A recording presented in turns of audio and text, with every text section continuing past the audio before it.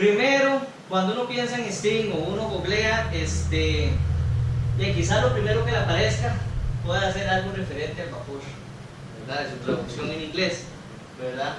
O el STEAM de la plataforma de videojuegos, ¿verdad? O no lo incorporé acá, pero también está el STEM, pero también por cuestiones de traducción puede ser el STEM de stem cell, ¿verdad? De células madre, etc. Ya quizás si uno filtra un poco más, pues si pone STEAM o STEM Education, pues ya le pueden salir cosas como estas, que ya son referentes a la parte educativa.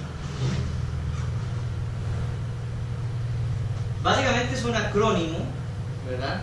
Primero lo derivamos del inglés, de Science, Technology, Engineering, Arts and Mathematics, ¿verdad? Derivado del inglés, y españolizado, Ciencia, Tecnología, Ingeniería, Matemática y Arte. CETIMA o CETIM, ¿verdad? También se puede ubicar acá. Ahora, adelantándome un poco, la parte del arte, pues no solamente involucra la parte artística, ¿verdad? Sino también la esencia del arte es la interdisciplinariedad. El arte viene a incorporar esa parte que venía dejando de lado.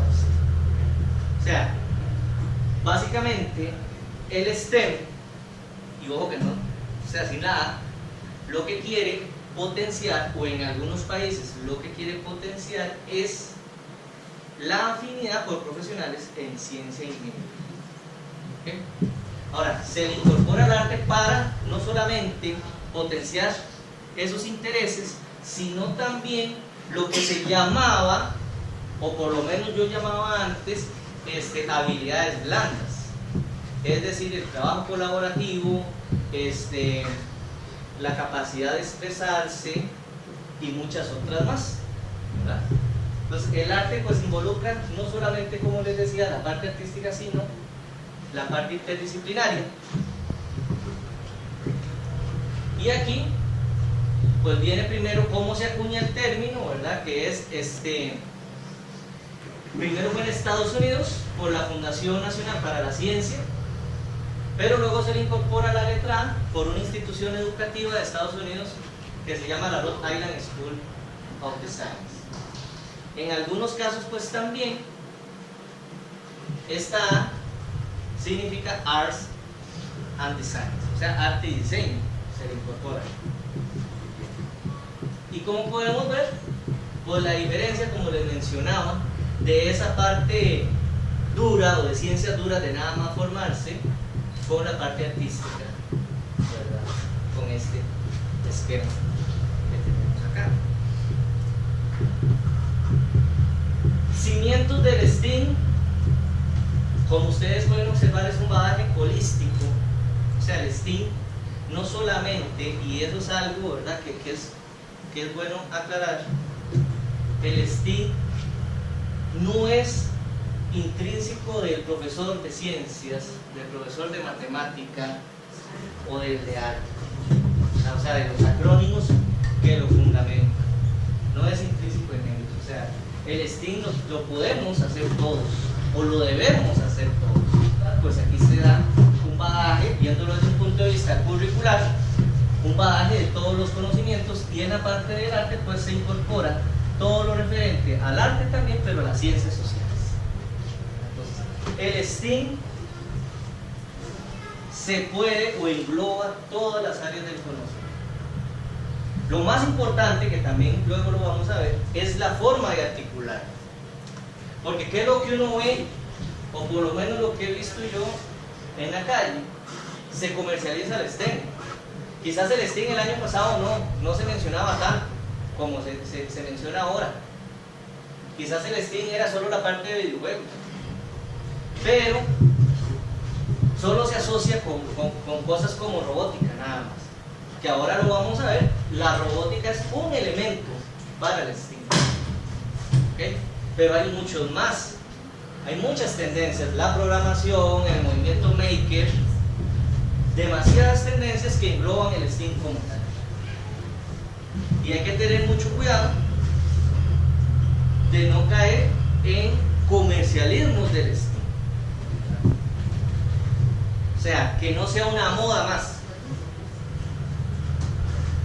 Estas serían las tendencias: Design Thinking, o sea, el pensamiento desde el diseño, el movimiento maker, la robótica, la programación, Minecraft, y bueno, uno que no se ve por acá, que es el aprendizaje basado en proyectos.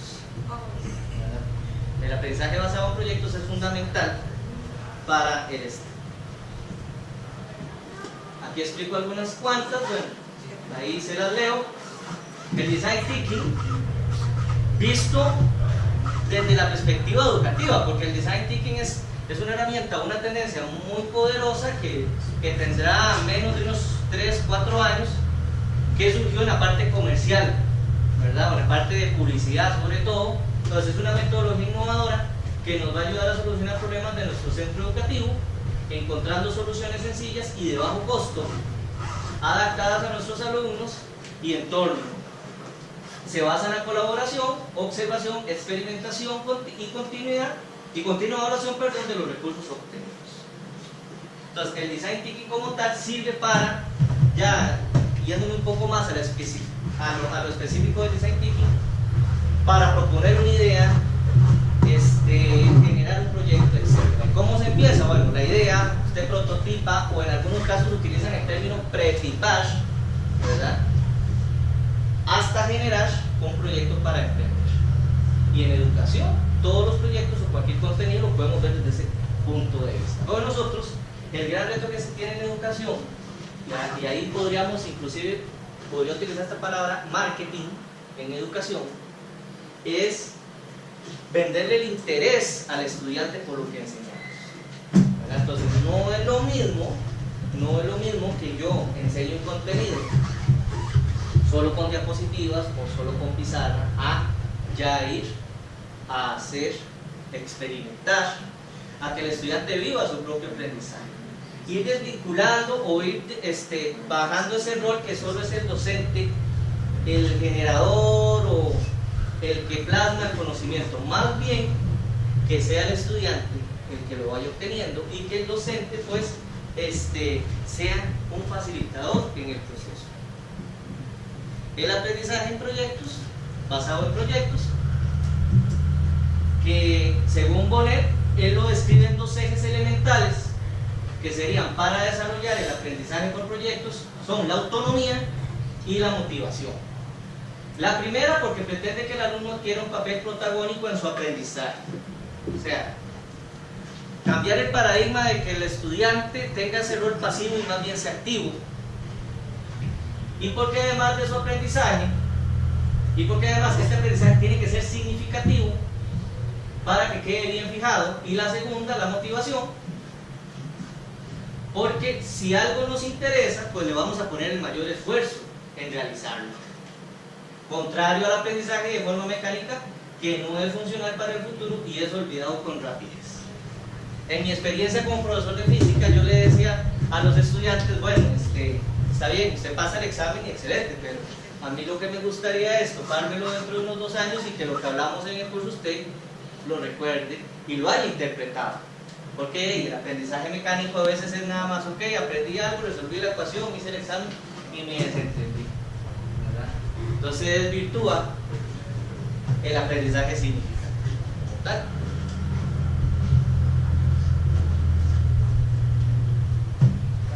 Como les decía, para hacer STEAM no siempre es necesario equipo de alta tecnología, ¿verdad? Entonces usted puede tener lo más alto, lo más práctico, lo más bonito, mejor dicho, o lo más humilde, y usted puede desarrollar STEAM desde un punto de vista de un aprendizaje científico, pero que también se pueden incorporar diferentes herramientas.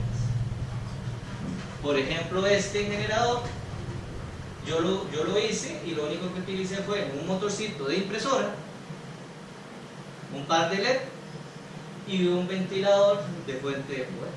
Netamente es ilustrativo, ¿verdad? Ahora, esto uno como proyecto pues podría cambiar, o si uno hace un análisis de la eficiencia de esto, inclusive incorporando algo que está muy de moda, que es la indagación, ¿verdad?, secundaria y en primaria ahora, uno podría darse cuenta que quizás estas aspas no son tan eficientes estas aspas no son tan eficientes, entonces más bien uno podría pensar en algún eje, en un rotor y armar las aspas y cantidades, etc.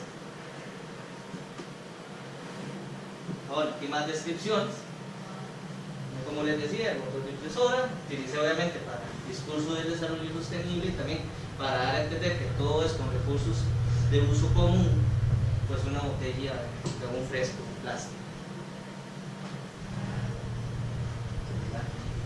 Ahora, antes de explicar un poco más todas estas imágenes también, como les decía hace un rato, usted no ocupa saber electrónica, está forzado a saber electrónica o programación para hacer STEAM como profesor. Usted lo que tiene que tener en primer lugar es la voluntad y la disposición.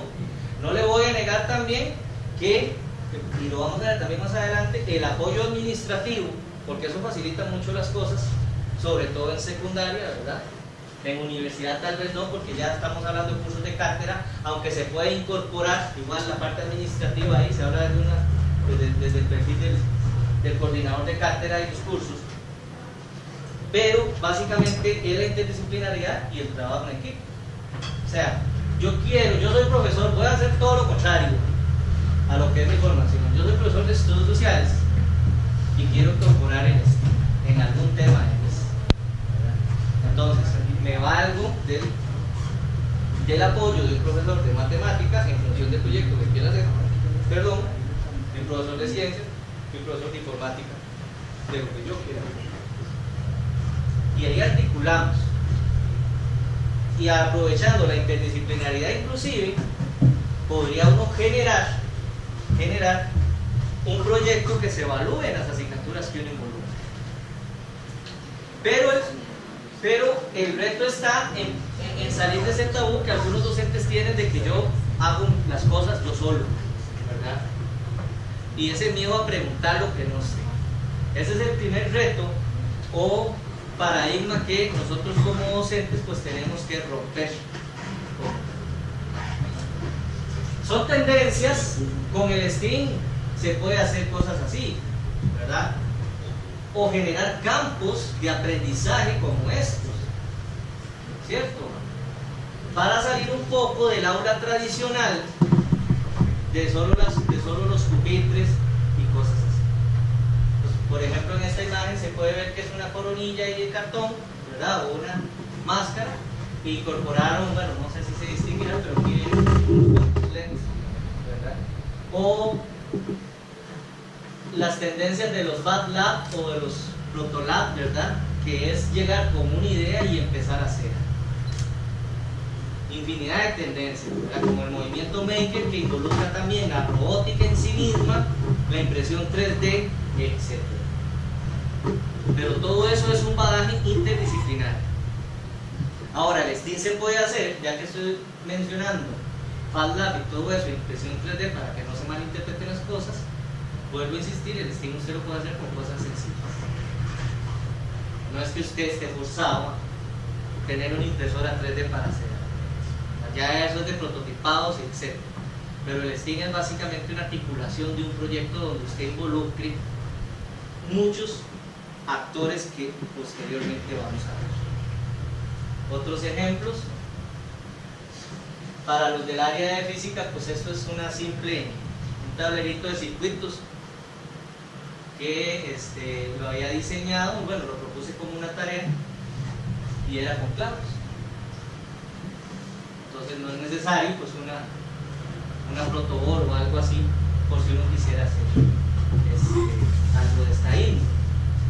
Y estas son imágenes de un taller que en su momento di STEAM en una institución privada a profesores y los tiramos al suelo, ¿verdad? Para que diseñaran una clase de energías renovables y aprovechar recursos sencillos. Y esto mismo se puede hacer con estudiantes, ¿verdad? A las edades de uno es feliz a veces haciendo esto y no estar solo en esto. Entonces, son cosas que rompen un poco los paradigmas y se cambia, ¿verdad?, la estructura. Ahora, no es que les diga a ustedes que hagan clases así todo el tiempo, ¿verdad? Los cursos no lo van a permitir, ¿ya? Pero de vez en cuando, para salir un poco de los esquemas tradicionales que caemos usualmente. elementos importantísimos para el STEAM pues es la innovación y por supuesto el aprendizaje por competencia. Igual repito, si tienen alguna observación u opinión la pueden hacer. También tengo un documento en PDF que es una memoria de este mismo tema que había hecho para un festival internacional de matemáticas. Entonces ahora al final se los puedo pasar o me dan su correo y yo se los envío. Es más, como es una memoria para un festival, entonces viene con más detalle, ¿verdad? Todo esto que estamos hablando, formato de artículo, por decirlo de alguna manera, pues si quieren pues, tener mayores elementos, ahí ya escribo todo lo que es la tendencia Maker, el Scratch, cosas de ese tipo. Para que la sociedad funcione necesitamos todo tipo de disciplinas y habilidades. ¿Cuáles crees que serán las más importantes para que las aprendan nuestros hijos en el futuro? Las habilidades necesarias para trabajar, aprender y ser ciudadano del siglo XXI se han unificado. Son las mismas habilidades. Verás, hay gente que hace largas listas, pero yo creo que al final se reduce a un par de cosas. Un estudiante debe aprender a pensar de manera crítica. Esto significa, según mis investigaciones, que los estudiantes deben saber hacer muy buenas preguntas. Hoy en día, saber hacer buenas preguntas es mucho más importante que memorizar respuestas fáciles. La segunda habilidad necesaria es la capacidad de colaborar. Cada vez más todo el trabajo se realiza de forma colaborativa. La tercera es tener buenas habilidades comunicativas, tanto orales como escritas, y también para escuchar. Por último, deben resolver problemas de forma creativa. Descubrí con mi investigación que hay dos tipos de innovaciones. Las que crean nuevas posibilidades, y eso es cuestión de juntar tiempo y talento, como Steve Jobs, y las innovaciones que son el resultado de soluciones creativas a problemas. He descubierto que solucionar problemas de forma creativa es cada vez más clave, es la habilidad más demandada. Esas son las 4 habilidades importantes, pero además creo que hay un par de disposiciones importantes. Los hábitos de la mente, los del corazón también, la capacidad de ser empático, creo que es muy importante en el mundo actual, esencial para el buen trabajo en equipo. Perseverancia, tenacidad, autodisciplina, por supuesto, pero también es necesaria una fuerte visión moral de la vida. Una noción de lo que está inherentemente bien o mal.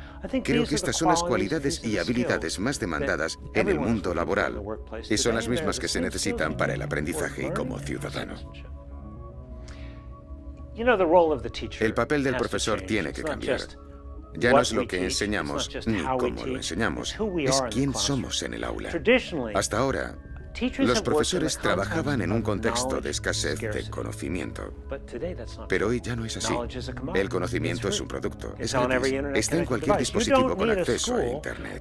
No hacen falta un colegio ni un profesor para adquirir conocimientos. ¿Qué es entonces un profesor en el siglo XXI? Yo defiendo que un buen profesor es un instructor de resultados. Instruye a los alumnos para alcanzar sus mejores resultados. Un buen profesor entiende el mundo del que vienen los alumnos y el mundo para el que debe prepararlos. Instruye constantemente al alumno para lograr estándares mayores. A mí me gustaría que todos los colegios tuvieran un fondo de innovación accesible para equipos de profesores que quieran probar cosas nuevas. Pero ¿cuánto presupuesto de I+D hay para nuestros colegios? Es broma, no hay presupuesto. Cuando investigué a algunos innovadores jóvenes, descubrí que tanto sus padres como sus profesores habían animado de manera explícita su motivación intrínseca y su potencial con 3 cosas: juego, pasión y propósito. Nacemos siendo curiosos, creativos e imaginativos. Es el ADN humano. Un niño de 4 años hace una media de 100 preguntas al día y casi cualquier niño de párvulos se considera a sí mismo un artista. Pero luego sucede algo a lo que llamamos colegio. Porque los niños cuando tienen 10, 11 o 12 dejan de hacer preguntas y empiezan a preocuparse por acertar las respuestas del examen. Y casi ninguno se considera a sí mismo un artista. Si entendemos que para el mundo es más importante lo que puedes hacer que lo que simplemente sabes, y que nos estamos alejando de la falsa credencial que es el tiempo que hemos pasado sentados en clases para aproximarnos a las competencias reales que se exigen en el siglo XXI. ¿Cómo van a saber las empresas y universidades qué talentos tienen los estudiantes? La mejor forma para ello es ver el trabajo del estudiante. Así que cada vez más se ve una tendencia hacia los portfolios digitales. Hay muchas plataformas para ello. De hecho, cada vez más empresas dicen, quiero ver una muestra de tu trabajo, quiero ver lo que puedes hacer. No me digas lo que has hecho, enséñamelo. A los padres de hoy en día los veo muy intranquilos. Ven un mundo mucho más competitivo que el que ellos vivieron.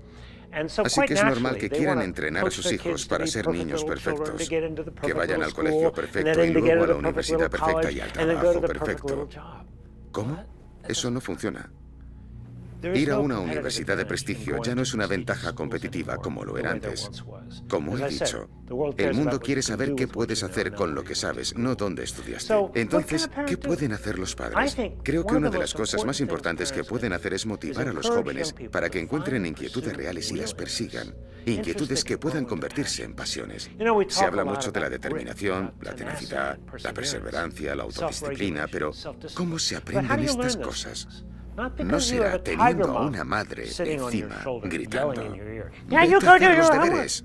No, uno aprende perseverancia persiguiendo inquietudes reales, inquietudes que se convierten en pasiones.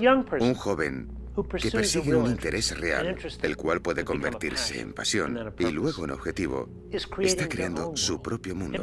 Puede que no sea el que sus padres siempre quisieron para él, puede que no sea un mundo de fama y fortuna, pero será su mundo. Hay que reinventar la educación para la era de la innovación. Hay que reinventar la educación para el trabajo, el aprendizaje y la ciudadanía. Tenemos potencial e increíbles oportunidades para crear. Nos enfrentamos como especie a este enorme desafío y tenemos que comprometernos todos. Esto no es culpa de nadie. No es culpa de los educadores ni de los líderes. Todos debemos entender la necesidad de una educación diferente y vamos a tener que unirnos y crearla juntos.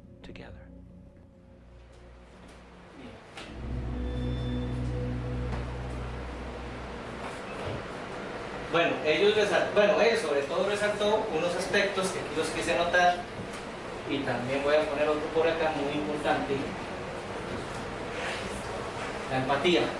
Entonces, para todo proceso de enseñanza, pues tenemos que propiciar en los estudiantes el pensamiento crítico, la habilidad de hacer preguntas, como hace un rato lo mencionamos y en el video también, la colaboración, la comunicación, la resolución de problemas de forma creativa, que procesos como el STEAM facilitan y potencian, ¿verdad? O dentro de nuestras actividades diarias como docentes tenemos que tener ya esta premisa también, ¿verdad? Para irlas involucrando, y la empatía sobre todo, ¿verdad? Esa anuencia a respetar el pensamiento de mi par, ¿verdad? Todo eso que solo sean con sentimientos empáticos y demás, pues potencian y facilitan no solo un proceso de enseñanza y aprendizaje, sino un proceso de convivencia social y humana, ¿verdad? Por decirlo, o por ampliarlo en un sentido más grande.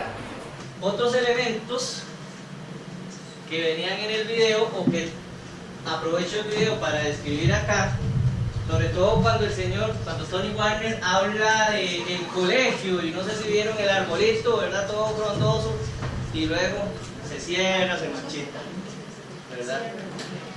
Lamentablemente, en la mayoría de los sistemas educativos vamos aniquilando la creatividad y todo un montón de cualidades que tenemos cuando somos niños, ¿verdad?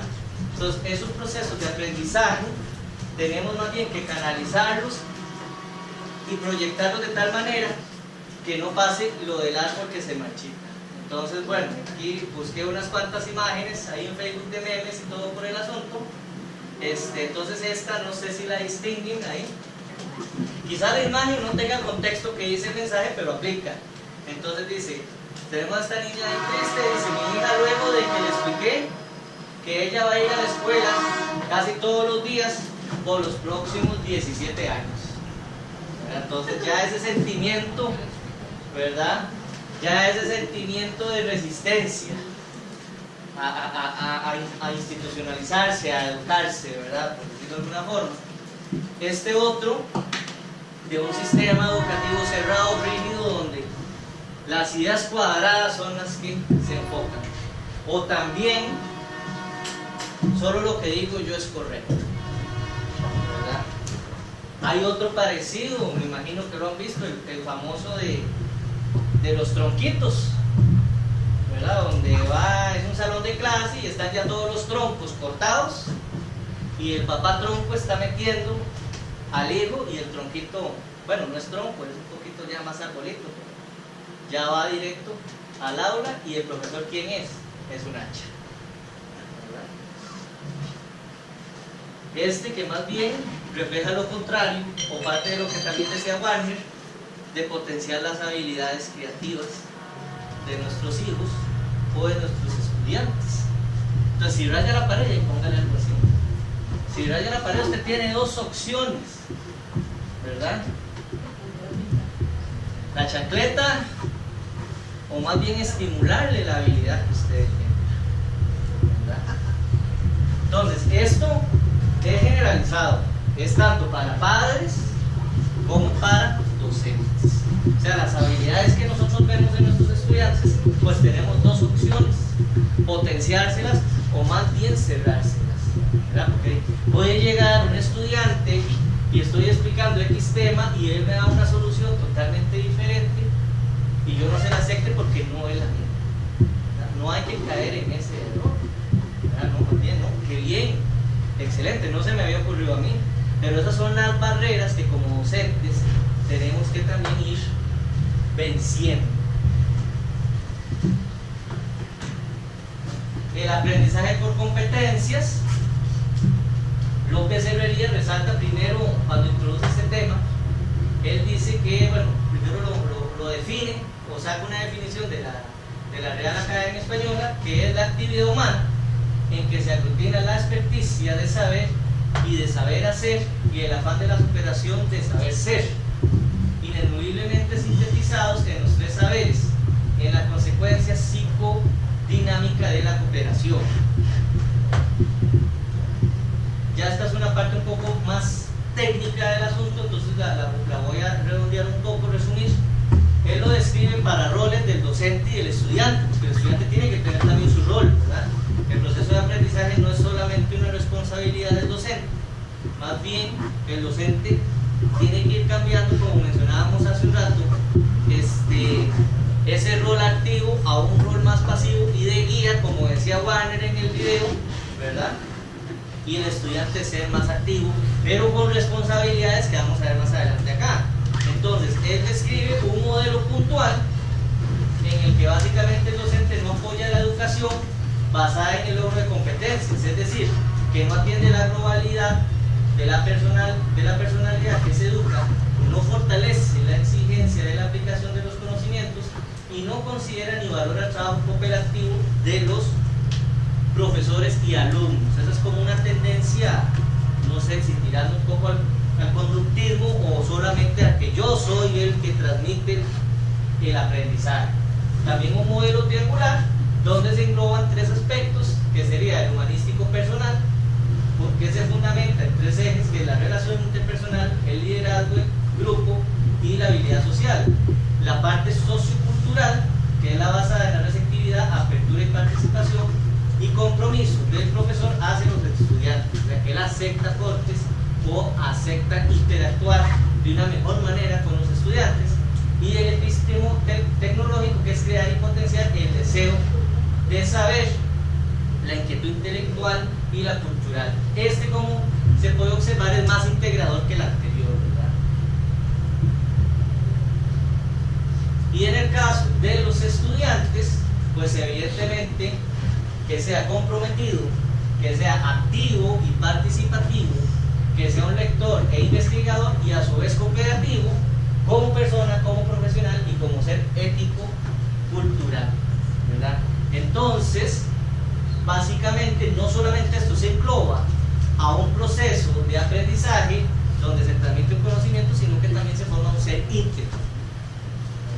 que esa también es una de las definiciones de educación, ¿verdad? Generar un ser compatible con la sociedad, por decirlo de alguna forma. Dentro de las competencias viene un cambio de paradigma, ya quizás más actualizado, ya no tan cambio como fue en su momento, que es la introducción de competencias digitales que rigen la alfabetización del siglo XX, que ahora se basa en las 3X, basado en el idioma inglés, de la exploration, expression y el chance, o sea, explorar, expresarse e intercambiar, que se contraponen a las anteriores, que eran las de las 3 R's, de writing, reading y arithmetic, o sea, de escribir, leer y hacer cálculos. ¿Okay? Entonces, explorar, expresarse e intercambiar es parte de los nuevos paradigmas que también se integran al STEAM como tal o a cualquier proceso interdisciplinario que queremos llamar, porque básicamente el STEAM viene a englobar la interdisciplinariedad que se nos venía hablando desde hace tiempo y aprendizaje, ¿cómo se llama? Conductivo no, sino, ayúdenme que se me olvidó el concepto, constructivista, ¿verdad? Entonces son estímulos que vienen a dar esta nueva tendencia del STEAM en los procesos educativos. Pero ahora, ya para ir finalizando, es muy importante para la implementación del STEAM o cualquier otro proceso educativo el rol de los actores o los actores que tienen que estar involucrados. Evidentemente la institución educativa en la parte administrativa como tal, ¿verdad? Porque en muchos procesos de enseñanza y aprendizaje, para que se den con eficiencia, tienen que ser asimilados o comprendidos por la parte administrativa, y eso lamentablemente no sucede. Entonces, los administrativos tienen que empatizar, aprovechando el uso de la palabra, en esos procesos.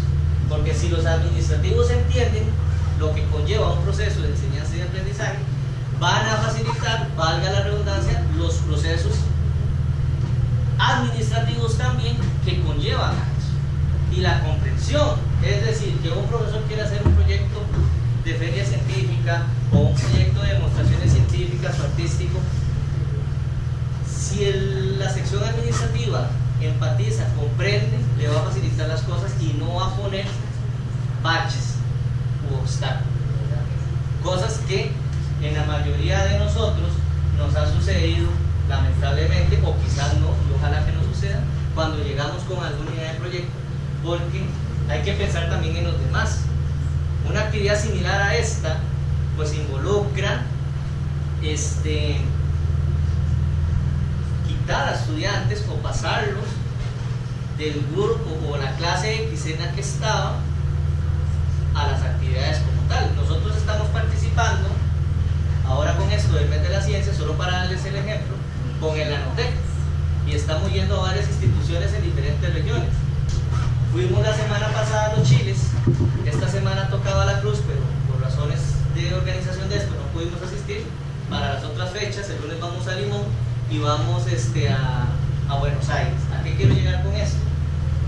Que se va a ir a hacer diferentes actividades a diferentes instituciones educativas, donde yo espero que esa parte no nos compete a nosotros, se hayan relacionado estas secciones o esa empatización, ese empatismo, no sé si lo estoy conjugando bien, en el sentido de que se está haciendo una actividad extracurricular, pero para potenciar la ciencia y la tecnología en una institución. Entonces, es un vínculo o una relación muy directa la que se tiene que dar acá. Ahora, también están los estudiantes, que es esta sección acá que no se distingue mucho, que obviamente son fundamentales, y por supuesto la comunidad y la familia. Ojalá en cualquier proceso que desarrollemos de enseñanza y aprendizaje, ver hasta dónde podemos involucrar a la comunidad y a la familia también. Porque lamentablemente a veces la institución educativa se cierra de tal forma que simplemente es el colegio que está en el barrio y hay vecinos a la par y no se saca o no se integra, entonces no se saca el potencial o no se integran en las diversas actividades. Entonces eso es sumamente importante y por eso lo quise representar como un círculo, en el sentido de que todos estamos entrelazados. Y esto puede servir para cualquier proyecto STEM, porque de repente pueda que X estudiante o X grupo de estudiantes pues quiera hacer algún generador eólico o alguna plataforma o algo así, X cosa que ocupe bases, por ejemplo, y el papá de un compañero o al frente y no tiene relación con ningún miembro de la institución educativa, hay un taller de balistería. Entonces se involucra a esa persona para que facilite esas herramientas, ¿verdad?, para desarrollar X, Y, Z proyectos. También, muy importante, los pasos para la implementación del STEAM, que más tarde vamos a tener un taller y se va a fundamentar en estos pasos. Primero se tiene que dar un asesoramiento a funcionarios administrativos y docentes. Aunque claro está, hay un paso cero que no menciono ahí, que el paso cero es voluntad y la empatía. O sea, ya cuando se logró convencer a la parte administrativa, a los superiores, ¿verdad?, llegamos a esta sección. Entonces se da un asesoramiento a funcionarios administrativos y docentes del STEAM de la manera más general, para que ambos bandos comprendan y empaticen. Luego, el segundo paso sería la integración curricular y evaluativa.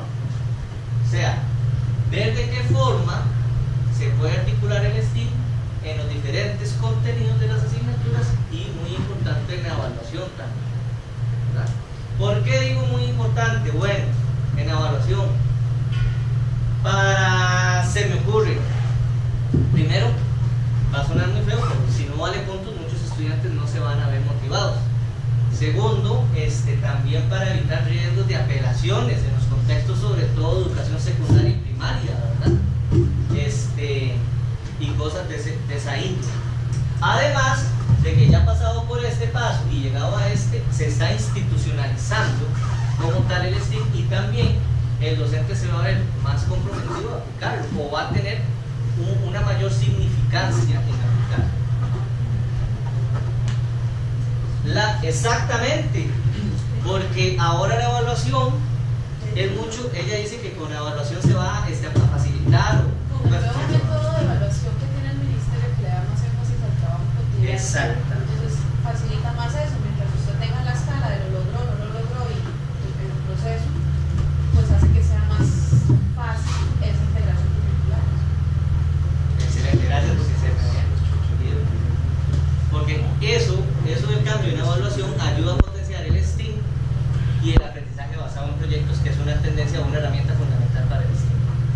Nosotros hicimos una feria científica, una feria de y educación, era como si estuviera el examen final y eran libres de escoger su experimento, pero lo que era que no era como la feria científica, que no llegue a exponer lo que hizo, que los niños tenían que llegar ahí, y los estudiantes de primaria, o sea, los de secundaria los de primaria tenían que llegar ahí y hacer el experimento.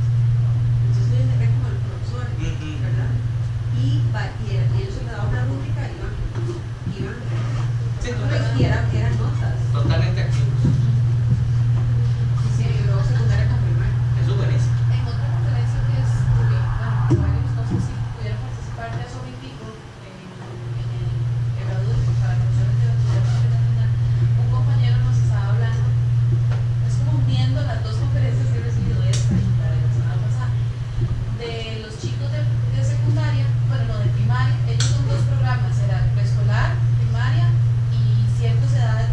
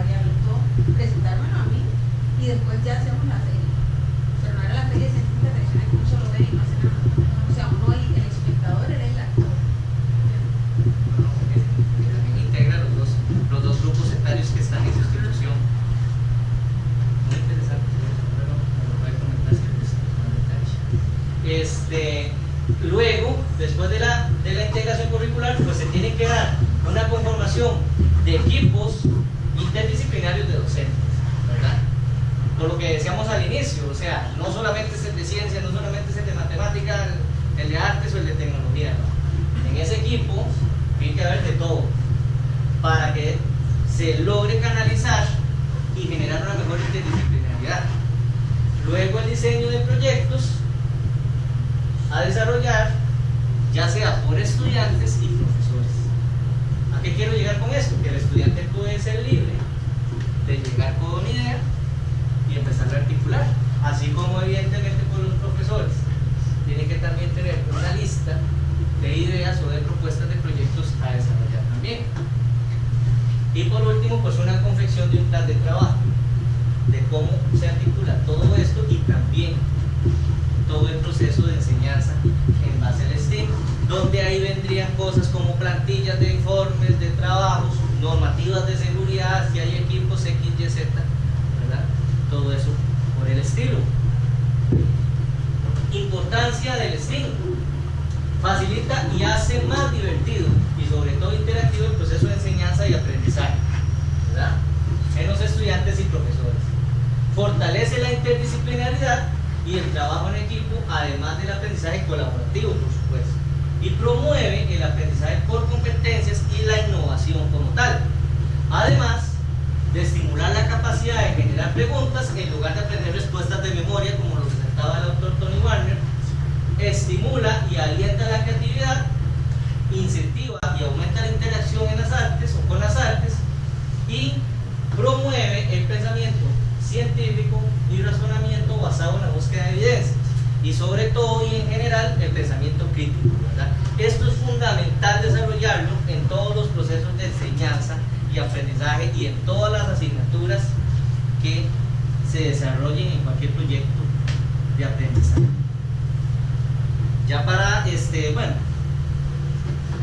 para finalizar, una opinión que da Daron Cameron, de una escuela estadounidense, que dice que el STEAM representa un cambio de paradigma de la filosofía de la educación tradicional basada en puntajes de pruebas estandarizadas a un ideal moderno que se enfoca en valorar tanto el proceso de aprendizaje como los resultados. En esencia, desafiamos a nuestros estudiantes a estar equivocados, a probar múltiples ideas, a escuchar opiniones alternas y a crear una base de conocimiento que sea aplicable en la vida real en lugar de un simple examen. Básicamente todo lo que hemos estado reflexionando y exponiendo acá, ¿verdad? Ahora, no quiere decir que los exámenes sean malos, pero sí les quitamos ese protagonismo o pensar de que el estudiante aprende porque se ganó un 100 en un examen. Y es todo lo contrario. De repente, más bien, un estudiante que pasa con un 70 tiene más aprendizaje significativo que un estudiante con un 100. Vuelvo al ejemplo que les decía al inicio. Me toca un estudiante que yo le haya dado física X, por ejemplo la 1, se sacó un 70 y me escribes 4 o 5 años después más física de la cuenta de la que aprendió que uno que se haya ganado un 100 y ya no se acuerda ni siquiera de lo que es un torque. Caballeros, que también aquí el sistema, digamos, nacional de aprendizaje que fomenta mucho el aprendizaje, bueno, nosotros le llamamos aprendizaje clínico, que es aprender y luego darlo todo en el examen, pero no queda nada. En cambio, yo siento que con esta propuesta que están haciendo ustedes, lo que se busca es que la persona pues interiorice y maneje esa información, sí, para sí que la pueda comprender efectivamente para después aplicarlo. Exactamente, y de hecho, basado en eso que vos describes muy bien, se puede aplicar al final una prueba estandarizada, porque uno con STEAM o por ejemplo con el MEPA, englobando la educación pública, con la indagación, se potencian los aprendizajes, y esto es una opinión muy personal mía, que hacer una prueba estandarizada es como hacer una sopa de letras para el estudiante, ¿ya?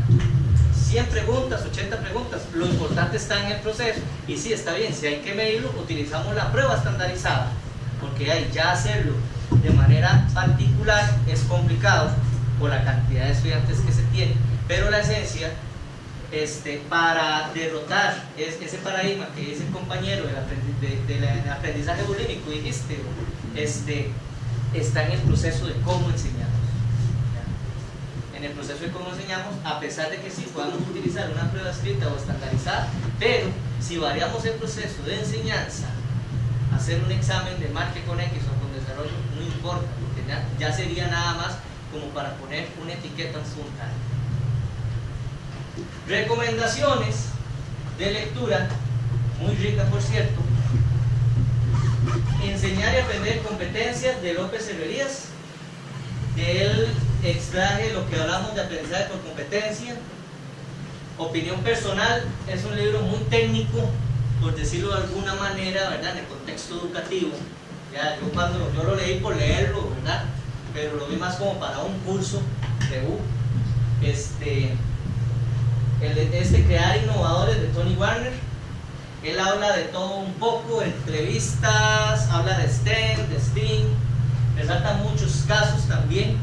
Ha hecho entrevistas de empresarios corporativos hasta militares estadounidenses, y también a estudiantes, emprendedores o innovadores. Ahora que él resaltaba lo de los padres de familia, pues aquí viene un caso de un muchacho que se hizo emprendedor por crear zapatillas. ¿Y cuál es el ejemplo que él daba? Que desde niño él estaba interesado o tenía habilidades de arcilla, por ejemplo, y resulta que una tarde le dijo a la mamá: quiero hacer esas Nike Jordan que salen en el anuncio. Estamos hablando del contexto de los 90, ¿verdad? Era de moda eso, el Michael Jordan. Y lo que radica esa sección del libro, que vienen otros similares, y lo que les quiero resaltar a ustedes es que la mamá tenía dos opciones: decirle, juéguesela con la arcilla que ya usted tiene, gris, blanca y negra, o salir y buscarle la de colores. Y hizo la segunda opción. Apagó el tele, lo que estaba viendo, etcétera, y duró como 3 horas buscando las arcillas, las consiguió, y el muchacho le hizo la tele idéntica como la había colocado.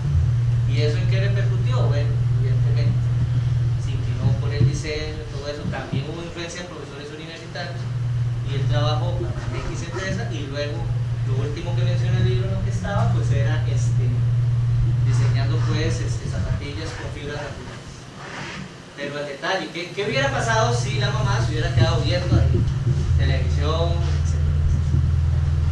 Y que no lo he terminado de leer, de Andrés Oppenheimer, Basta de hacer historias, que da un montón de enfoques. El principal enfoque que él da, o la comparación, es de la educación latinoamericana con la asiática, y ponen muchos ejemplos de países asiáticos que en los 80 estaban igual de pobres o peor que Argentina, que México, Brasil, y ahora están por encima. ¿Y en qué radica esa diferencia? En que potenciaron el Producto Interno Bruto en educación y en innovación. Entonces pasaron de producir un país como Corea del Sur, de tener 10 patentes al año o menos de 20 a 800 o hasta 1000, con respecto a países como Argentina, como les decía, que ya se mantuvieron. Y habla del modelo finlandés, habla de los modelos de Singapur, y en la sección que ya voy, que es como el capítulo 7, ya empieza a introducir el ejemplo de Chile, ¿verdad? Que no puedo decirles más porque apenas voy por ahí, pero que Chile sí, digamos, está resaltando un poco más que en los demás países. Es que yo creo que, digamos, uno de los grandes problemas, y eso por lo menos nos ha tocado verlo como profesores universitarios, es que el estándar o el modelo educativo es como una receta de cocina, ¿verdad? Entonces tenés que saber de esta materia, esta materia, esta materia, y hasta que el chico sale a la calle y se enfrenta a lo que es la realidad de su propia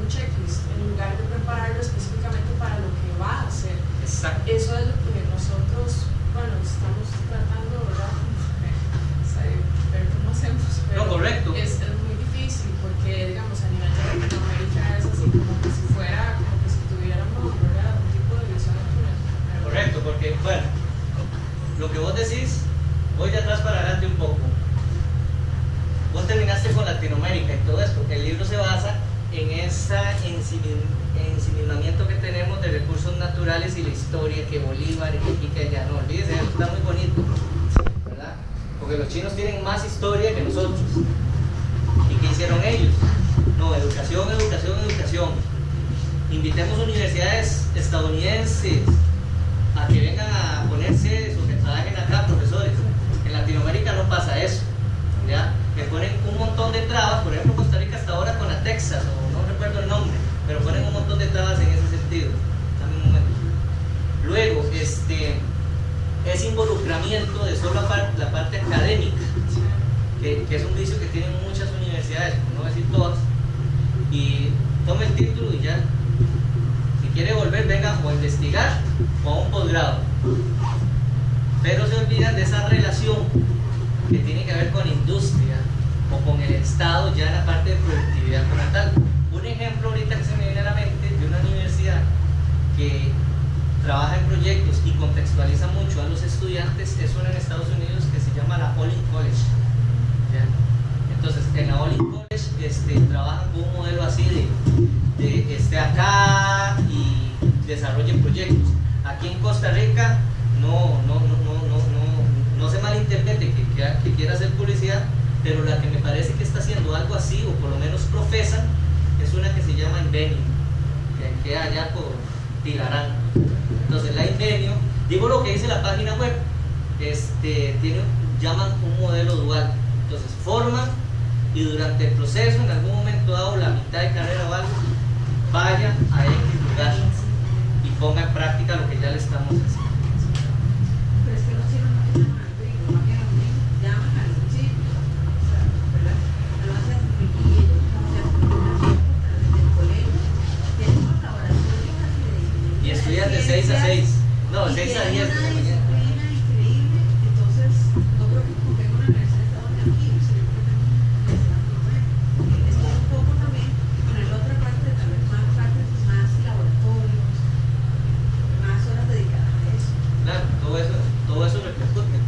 Digamos, digamos, en China sí empezaron a traer estadounidenses y también las sedes, y también obviamente pues parte de la educación o de la cultura que ellos profesan es que vayan afuera a estudiar o que conozcan los países fuera de China. Estamos de acuerdo que sí, que Estados Unidos está lleno de hindúes y coreanos, ¿verdad? O sea, no se van a Sí, pensar sí. Estados Unidos, quiere decir que los chinos Está ese interés de ir a formarse allá. Y los chinos, pues, a raíz de eso, pues también están estimulando a que esos cerebros no se queden en Estados, sino que también vuelvan a China a generar industrias, proyectos de emprendimiento, etc. Pero ya, digamos, todo eso pues involucra no solamente un bagaje en la educación, sino que tiene que ser un cimiento desde políticas de gobierno para y generar alianzas público-privadas. O sea que eso en Latinoamérica es un tabú, ¿verdad? Acá en Costa Rica, para los que no conocían, está la asociación que se llama ASOBITICO, que es la que promueve lo que es el programa del bachillerato internacional. La base del programa de bachillerato internacional es crear jóvenes con mentalidad abierta, con pensamiento crítico, de ambiente colaborativo, resolución de problemas en el transcurso de los 2 años. Entonces, bueno, también tienen programas de primaria y de años intermedios, pero al menos en los colegios públicos se está implementando. Ya hay más de 20 colegios públicos que implementamos ese programa y eso es lo que buscamos. Entonces, actualmente hay muchas universidades que ya conocen bien el tema y manejo de eso, por ejemplo la ULACID, la ULATINA, la UCR, que ya promueven ciertos convenios con los estudiantes y los convalidan ciertas materias porque el programa se basa en una experiencia internacional. Entonces, nosotros no solo podemos ver un acontecimiento a nivel nacional, sino que se hace analizado a nivel de un contexto global, que eso es lo que busca la educación. Parte de eso fue la conferencia de la semana pasada, pero lo que dentro de las charlas que nos dieron nos decía que si al menos en América Latina la educación se quedó estancada en la educación bilingüe y actualmente lo que se ocupa es una educación internacional.